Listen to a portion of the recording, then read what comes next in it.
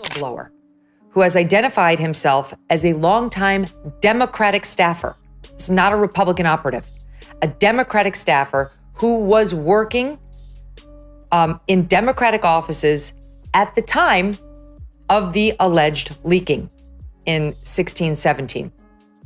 This staffer was interviewed by FBI agents on several occasions and told those agents that then Congressman Adam Schiff was the one who approved the leaks to the media. Megyn Kelly reveals Adam Schiff as a consummate performer of political theatrics, undermining his image as a courageous champion of truth. His career, instead of delivering the substantive results he pledged, became a parade of dramatic claims and unfounded accusations. Step by step, Kelly dismantles the carefully crafted persona he cultivated, showing that his legacy leans less on genuine leadership and more on chasing headlines, camera angles, and the fleeting applause of Washington's echo chamber. Now, this staff member began talking to the FBI in 2017 because he said he considered the leaks to be, quote, unethical, illegal, and treasonous. This is a Democrat staffer who is saying to the FBI he had a holy shit moment when he heard Adam Schiff give the order. These documents that outline the FBI's interview. Like the FBI doesn't tape its interviews. They go back and they report what they heard. Adam Schiff has spent his career positioning himself as Washington's ultimate political watchdog. Yet, instead of uncovering real wrongdoing, he fabricates accusations, spins conspiracies, and treats every vague notion as if it were concrete proof. Megyn Kelly doesn't only target his actions, she examines his very presence, showing how the man once celebrated as a truthful storyteller has become one of the city's most theatrical performers. Schiff embodies political spectacle, flashy, attention-grabbing, and utterly hollow the moment the spotlight fades. Going to shock the world right now and defend Adam Schiff. In response to the heat he's getting for the following clip. It is an existential threat, Senator, and also asleep. I have not seen it yet, but from what I've heard about former FBI Director Ray, someone in the audience behind comments on 60 Pam Minutes regarding China is videotaping Adam Schiff asleep. In our own country, infiltrating our water systems, our natural gas lines. I defend Adam Schiff because these confirmations. Megyn points out that Schiff perfected the art of projecting a solemn, serious demeanor on television, as if a softer tone and widened eyes could stand in for actual evidence. He promised Americans proof of cooperation so explosive it would change history, hinting at major revelations while delivering nothing of substance. Often his questions resembled a Scooby-Doo mystery, more than a Sherlock investigation, full of suspense and drama, yet ultimately leaving no meaningful answers, only speculation that evaporated into thin air. I don't believe he's going to weaponize the DOJ to use it against his opponents. I believe that's what was done to him. Though, as we discussed with Alan Dershowitz in that now famous clip that went around where I said we need Steve Bannon, I'm not totally opposed to it. I'm going to be honest.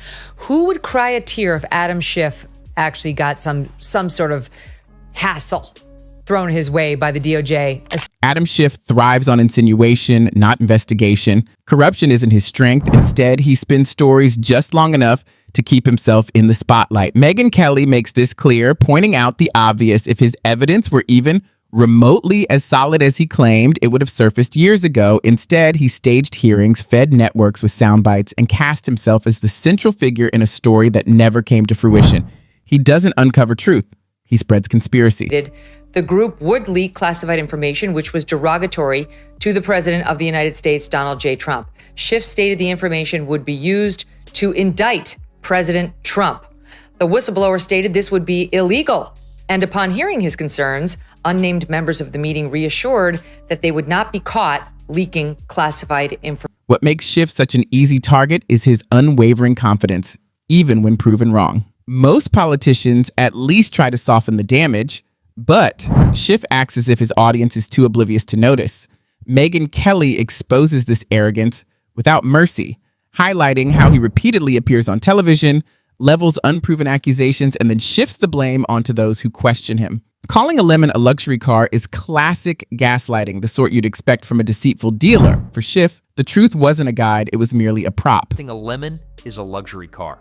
Schiff didn't just bend the truth, he treated truth like a prop. President Biden pardoned Adam Schiff at the end of his term.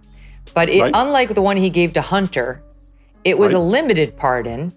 It was. And it only spoke to J6 and his work on the Right. January 6th Select Committee. So it would not immunize him from any of the claims you and I are discussing right now, right? Megyn also points out Schiff's blatant hypocrisy, a trait he seems to wear with pride. Though he promised to fight corruption, he showed no hesitation in using the system to advance his own agenda. His career has often served Adam Schiff first, the public second, whether through pushing questionable intelligence narratives, leaking selective information to the media, or grandstanding in hearings. On the House floor, he treats proceedings like an audition for an HBO drama, chasing the big announcement that will dominate the evening news. Megyn Kelly's critique cuts to the heart of it. Schiff's attention-seeking behavior wasn't just damaging, it was humiliating. Years of legislative time were squandered on endless partisan theatrics while he cast himself as democracy's savior. She reveals him as the quintessential politician who prioritizes fame over results. When you look at his record, outside of endless investigations, it's thin. Though he has a long history of service, his constituents would struggle to name real achievements. His true mastery lies in the art of outraged performance, political theater perfected. So walk us through what the 302 reports that the FBI wrote up after their interviews with this whistleblower say. Yeah, so let's give you a sense of who this person is. We don't know their name because the name is redacted, but we know their career. They're a career intelligence officer. So they started in the executive branch as an intelligence officer, and then they get detailed to the Democratic side of the House Intelligence Committee. Eventually, this person inherits as his boss, Adam Schiff, when Adam Schiff takes over as the Democrat minority ranking member on House Intelligence in 2016.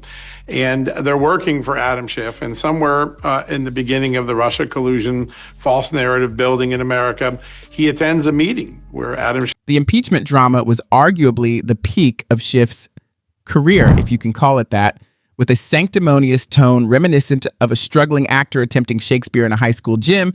He leveraged the proceedings to maximize his camera time. Megyn Kelly takes aim at the performance itself. The staged outrage was designed to make Schiff a symbol of resistance, not to uncover the truth. The outcome, unsurprisingly, was underwhelming, just like his other spectacles. History remained unchanged. The revelations he promised never materialized, costing America months of distraction. Schiff's problem isn't straightforward lying, as Megyn observes. He cloaks himself in carefully chosen words like a magician shrouded in smoke. He avoids saying, I have proof right here, opting instead for vague phrases like, the evidence suggests, or we've seen signs. These statements give the illusion of substance while hiding emptiness, a facade of political deception. The goal is to provoke anger without consequence. Megyn Kelly exposes this tactic for what it is, a sloppy scam, despite Schiff's skill in making it appear convincing. At least according to the legal experts I've talked to, he's only immunized for what he did related from January 6 forward to 2021. So these things occurred in 17 and 18. You've got the mortgage issue, which is also based on our reporting, a story we broke last October on the counting two houses as his primary residence to get better mortgage deals. Those would fall outside of the pardon according to the legal experts who've looked at it.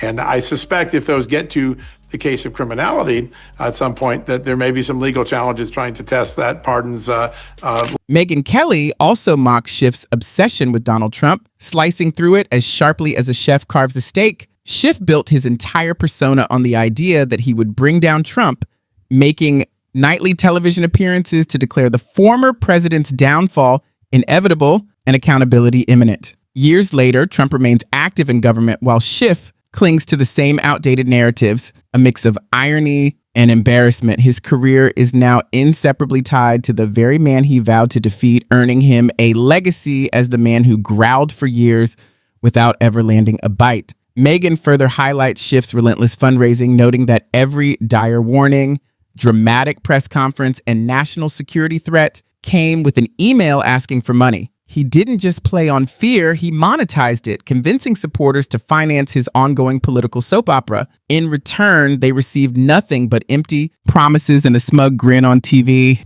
While this is only the unverified allegation of a single former staffer, the alleged conduct would involve criminal and unethical conduct of the highest order, if proven. Your reaction to this news? Well, it's in keeping with my opinion of Adam Schiff. I've been calling him McCarthyite ever since he started in on Trump. And as John pointed out, McCarthy at least there had some communists in the government that he was talking about, although he was irresponsible. Adam Schiff repeatedly came out and said, I have seen documents that indict, that link Trump to Russia, but I can't reveal them to you now, but just you wait, I'm going to reveal them. And of course, we know they weren't there. We know there was nothing there. Now we have this information from the whistleblower, my favorite part of which is when the whistleblower says he objected to the illegality. Schiff's supporters argue that he is simply defending democracy and fulfilling his duties. Megyn Kelly, however, finds that reasoning laughable. Preserving democracy does not require dragging the nation through endless, pointless show trials or turning congressional hearings into personal stage time. People don't roll their eyes merely because they're wary. They do so because he keeps crying wolf, even when real issues exist. Kelly also exposes Schiff's hypocrisy. He spreads tales that never come true while warning against misinformation, leaving a trail of exaggerations, half-truths, and outright fabrications, yet claiming the mantle of truth. He twists both law and fact to the point of incomprehensibility, all while maintaining the same arrogant, self-centered demeanor, seemingly unwilling to face any criticism. So the whistleblower was reportedly very specific on the details. Like it doesn't sound like a lie because this person had a lot of details when speaking to the FBI. Quote, when working in this capacity, this whistleblower was called to an all-staff meeting by Schiff. In this meeting, Schiff stated the group would leak classified information, which was derogatory to the president. Megyn Kelly's critique is rooted in one undeniable fact. Adam Schiff is a phony. Not in a legal sense, but professionally. He cast himself as a truth seeker, yet delivered only spectacle. He overpromised outcomes he couldn't achieve, turned serious matters into farce, and left the public more frustrated, cynical, and exhausted than before. Democracy is not strengthened by Schiff. By turning it into reality TV, he cheapens it. His inability to recognize this is the final nail in his coffin. Despite years of false predictions and theatrical missteps, he continues to appear on television with the same misplaced confidence. History, however, has already judged him. Schiff, the man who accused others of collusion, fused political theater with supposed leadership and transformed hearings into Broadway auditions. Megyn Kelly doesn't merely mock him, she dismantles him. She exposes Schiff as a marketer of fear rather than a defender of democracy, a distorter of truth rather than a speaker of it. He serves as a cautionary tale. When politicians prioritize cameras over accomplishments, the hero they pretend to be is revealed as little more than a performance. Have whistleblower interview transcripts from the FBI. They're not exactly transcripts, they're FBI write-ups of the interviews that they conducted with a whistleblower who's a self-described Democrat working for the Democrats on the House Intelligence Committee, who worked for them, by the way, for 10 years, who says that he was there in 2017 when he heard Adam Schiff say, we are going to leak classified documents and intel to the media with the hopes of getting Donald Trump. In the end, Schiff will not be remembered as a defender of the Constitution. He will be known as the politician who made grand promises but delivered nothing more than smoke. Megyn Kelly sharpens the contrast between Schiff's self-styled image and the real impact of his actions, intensifying her critique. He aimed to be celebrated as democracy's leading champion,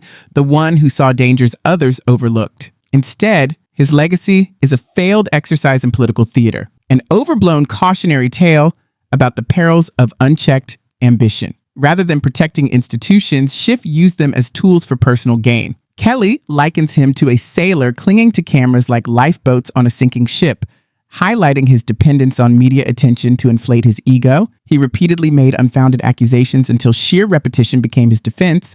While most legislators used their platforms to advance policy, each spectacle brought him money, but it also exposed the weaknesses in his story. Kelly celebrates the fact that finally, America has started to see through the performance. Next comes the hypocrisy. Schiff built his career denouncing dishonesty, yet his own public image relied on fabrications, selective disclosures, and exaggeration. Megyn Kelly points out that he was the politician who pointed one finger while three pointed back. The truth was rarely spoken. Instead, Schiff played the role of the salesman, and when his goods failed, there was nothing left to show. His credibility now carries about as much weight as an expired Blockbuster membership. The real damage, Kelly emphasizes, lies in the stark gap between Schiff's inflated self-importance and his limited actual influence. Rather than serving the public, he fueled division, undermined trust, and heightened cynicism toward government. Kelly frames him as a cautionary tale. Even those who claim to be watchdogs are often chasing the same fame and recognition as the very politicians they claim to hold accountable, rather than standing as genuine defenders of truth. After being exposed, the self-styled hero emerges as little more than an opportunist. Megyn Kelly doesn't just criticize Schiff, she overwhelms him with the weight of his own record. His career, once presented as a crusade for truth, now reads as a parade of theatrics, exaggerations, and unfulfilled promises. The man who claimed to be a fearless defender of democracy, who promised revelations so monumental they would alter history, instead delivered spectacle after spectacle, leaving serious matters in chaos while he chased camera time. Schiff's repeated claims of evidence, cloaked in vague phrases and insinuations, crumbled under scrutiny, exposing a politician who marketed fear instead of producing results. Instead of a legacy marked by achievement or principled leadership, what remains is closer to internet mockery than political gravitas. Kelly shows that Schiff's most notable contributions are his endless hearings, carefully crafted sound bites, and repeated grandstanding, moments designed for headlines, not governance. He presented himself as a truth teller, yet distorted facts, manipulated media attention, and monetized anxiety for personal gain. His reputation as a champion of democracy collapses under this scrutiny, revealing a man whose carefully nurtured persona masked ambition, vanity, and a profound reliance on political theater. The end result is a legacy defined by noise rather than substance, by drama rather than development. Schiff, the supposed mastermind of bold plans and fearless oversight, becomes instead a meme, a cautionary tale of what happens when political showmanship is mistaken for leadership. Megyn Kelly's takedown makes clear that the man once celebrated for vigilance and courage is remembered not for accomplishments, but for a career built on hype, theatrics, and a seemingly endless string of unfulfilled promises.